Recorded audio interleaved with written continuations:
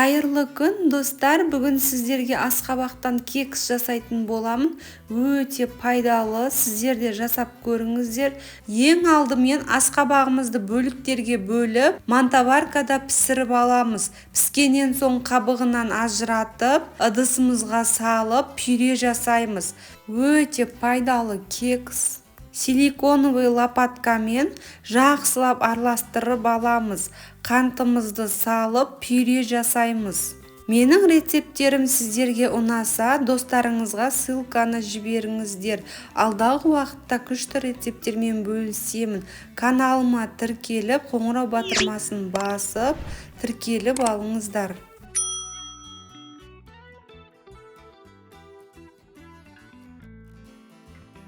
Қантымызды ертіп алғаннан соң жұмыртқамызды салып, жақсылап араластырып аламыз.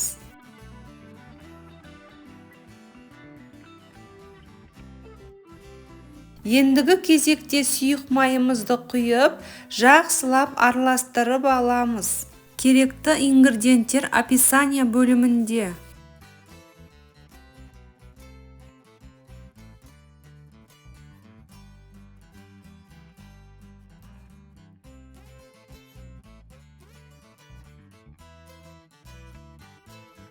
Венчикпен араластыра отырып, илектен өткізіп алған ұнымызды салып, жақсылап венчиктің көмегімен араластырамыз.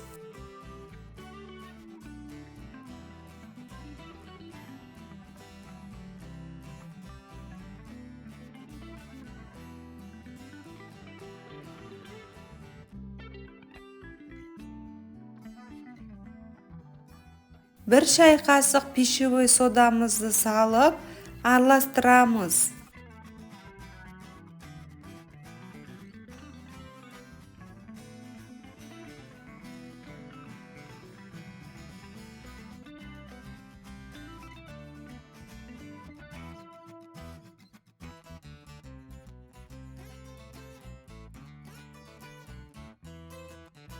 Асқабақтан жасалған массамыз дайын болды.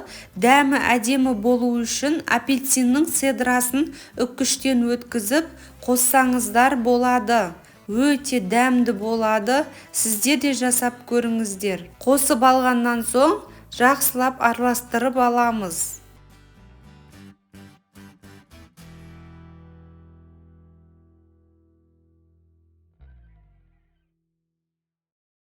Араластырып алғаннан соң грек жаңғағын қосамыз. Шаймен ішкенге өте дәмді.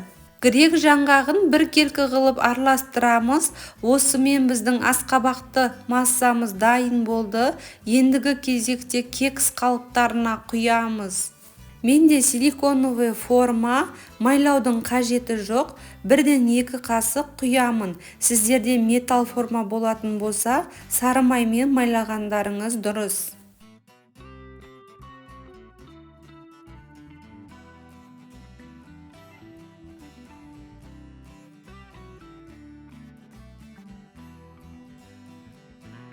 Формамызға массамыздың барлығын құйып алдық. Ендігі кезекте 180 градуста қызып тұрған пешке 30 минут пісіріп аламыз. Піскен піспегенін ағаш таяқшамен көріп тексерсеңіздер болады. Әдемі болып көтеріп жатыр. 30 минут өткеннен соң кекс пісті, ас болсын.